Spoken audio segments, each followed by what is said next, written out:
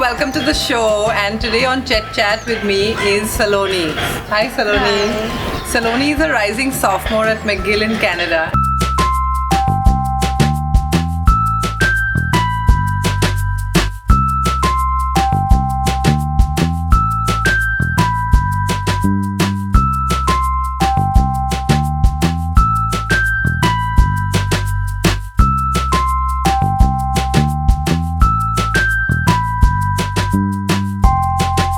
McGill is a really big university. Overall, I think there are 40,000 students in the university. Wow. Yeah, it's pretty big. Main faculty at McGill is management, so they're kind of an independent faculty as well. Like their funding and everything is separate from the rest of the college, but so they're the biggest one. Most people come for management, but also the other majors like psychology, which I'm studying, and science, and a whole bunch of other ones are also McGill's really good for them and reputed for them. One drawback to that becomes that you can't double major in something from management and another major, like in the US how you can. So I'm minoring in marketing, which is part of the management faculty. So you stick to your school. Yeah. But within your school you have full flexibility. Yeah, to choose within your the school, electives. especially because arts is so big and there are so many majors and subjects that come under it. So it's similar to the US system.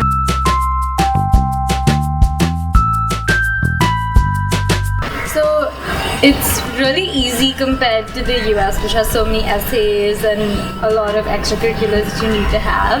I think in the McGill application, I don't think there even was an essay. There's like a little like column where you like write down your extracurricular activities, but it's like largely grades based, so it's really easy that way. You just submit it and it just depends on that.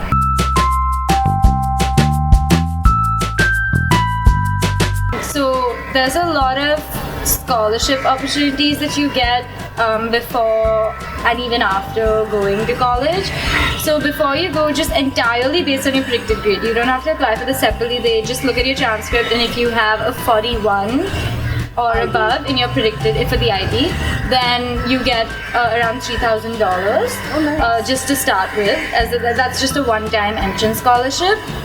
And then you can also, this is a separate application, you can apply for a major entrance scholarship, which can be 3,000, 5,000 or 10,000 I think. So that you apply for separately. And that's also before going. And once you get your letter officially, you can apply for aid. So that's also another option. And that I think goes up to $20,000. So that's a really good thing. And once you get in, then again you have aid. And then you can apply for in-course scholarships within the faculty. They will give you that, and that also is best to meet with your financial aid counselor. Just go set up a meeting and meet with them and discuss it, and it's a pretty easy process. And then there's the work study program, which you apply, and so that's really good if you want to get a job. So it's all through McGill. So it would be the McGill jobs, like you work at the McGill bookstore, you work at the library, things like that, like the McGill campus bars or things like that. So they help you get a job. You can also get as a research assistant and things like that. Okay, that sounds good. So you're saying on an average, almost every student has some or the Ends up other. getting something, yeah. If you're really looking for it, there's like a lot of opportunities for it. That's a big one. Yeah. So, like other colleges in North America, it is a 4-year program, but an interesting thing about McGill is if you've done AP, which is the American Advanced Placement Tests, or you've done the IB, or you've done A-levels, or you've done the local Quebec high school system, you get enough credits from it to skip an entire year. Okay. Normal colleges in like the University of Toronto and other colleges in Canada, they would give you credits for your higher level subjects in the IB. So for three subjects they would give it to you, but McGill gives it to you for 6. Like even for your standard level subjects you get the credit. So you have enough to skip a whole year. Whole year. Fantastic. Yeah. So you're saying if you do the IB, the application process is easier. You've got a scholarship waiting for you. Yeah. And you could possibly wind up in 3 years. Yeah. Sounds good to me. Yeah.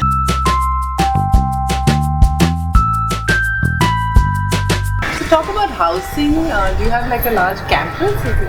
So it's a city campus, so there's a limit to how big it can actually be. But there is a campus. It's a pretty nice one. It's really pretty. And housing, there are 10 to 15 residence halls. So Montreal is situated kind of on a hill. So some of the residence halls are a little like up the slope. So some people prefer not to have to climb up every day. The ones on the top of the hill are the typical like college dorm experience. You have like common bathroom, but the one that I stayed in, it used to be a Holiday Inn that was converted. Wow. Yeah, so they have a few, I think 3 that are hotel style, which were hotels that were converted, and in the summer they go back to being hotels. Yeah, so they're really pretty fancy. They're also more expensive, of course, than the others. And I had a single room, so it was like a proper hotel room with like a flat screen and a coffee machine and like my private bathroom. Like it was great. Yeah. Wow. So you have like a mix of all kinds, and then they have some that are for people who want like independent living. So they are residence halls, but they're like little apartments with your own kitchen and everything where you can cook in case you want that freedom and independence. Fantastic. I think this is the maximum choice. Yeah, there's a lot of choice, and they're pretty good with what they assign you. In the start, you prioritize all of them, but usually they tell you that you will get your top 3.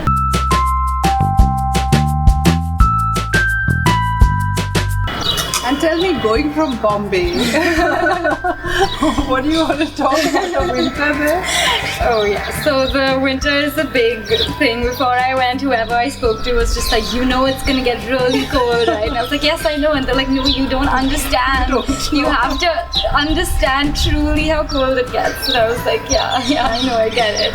It's not as hard as you would think, but it is a huge inconvenience. And compared to like if you're studying in Montreal especially, which is even colder than Toronto and other parts of Canada, it's even worse. And you'll talk to like your friends who are in similar places but obviously not as cold, and they'll be like, yeah, like I have this jacket and I have these shoes and stuff, and then you realize that it's not enough for you. You need like some next level like hardcore stuff. So you have to buy like everything, like jackets, like the warmest jackets you can get. And even under those jackets you have to layer like 3-4 layers.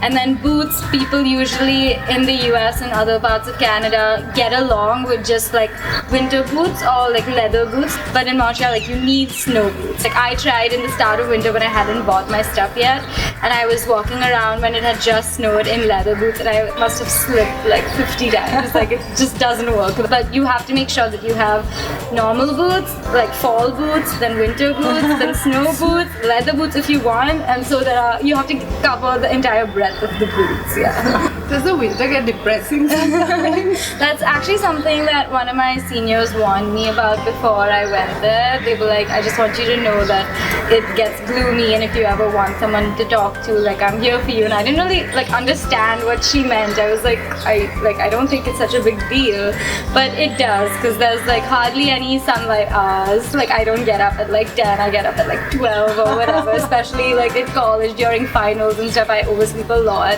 And then if you wake up at those times, you won't see sunlight for days, because you wake up and it's already dark by then. And then you never see, not at noon, but like a few hours later. So like by the time you're out of bed, like 2-3, it's like getting dark. That is something people don't really understand the gravity of, like seasonal affective disorders. The best way is just eat on time, sleep on time, of course. But other than that, just try to keep yourself busy. Like a lot of people are just like, so do you just kind of like hibernate, just sit in your room? And I was like, I did that, but like it gets really depressing. Like you have to go out, like even though it's hard, but like go do things, like keep yourself busy.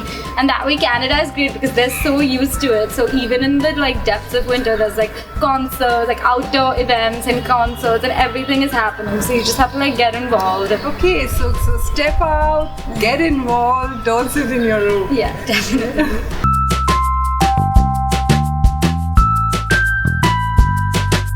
So I haven't actually been part of this club, but it's called 5 Days for the Homeless. It's really interesting, but they have, and this is in the winter as well, like when it's still cold out, they do a thing where if you volunteer for it, you live outside like an actual like homeless Oh my person. God. So there are a bunch of rules. So you have no money, no food except by donation, no phones of course. You have a pillow and a sleeping bag, and you sleep outdoors, and you raise money for the homeless. And even within that, even while you're living on such little, if you get food that's not perishable, you have to save that. Like, you don't consume it, you save it to be donated. So you're actually like starving yourself, no social media, nothing, 5 full for days. 5 days, and you raise money, which I think is a really brave thing to do, especially when it's still cold. Yeah. That's crazy. I would not be able to do it. I can but it's understand really- that. I don't know about the brave, but it seems a bit scary. Yeah. But thank you so much for sharing all of this Thank with you us. for having me. Please click the subscribe button below. Like me at facebook.com/chetchat101. Follow my Twitter handle chetchat101 or at Instagram chetchat101. Please leave your comments in the sections below. And if you'd like me to feature any particular college, please let me know. Thank you.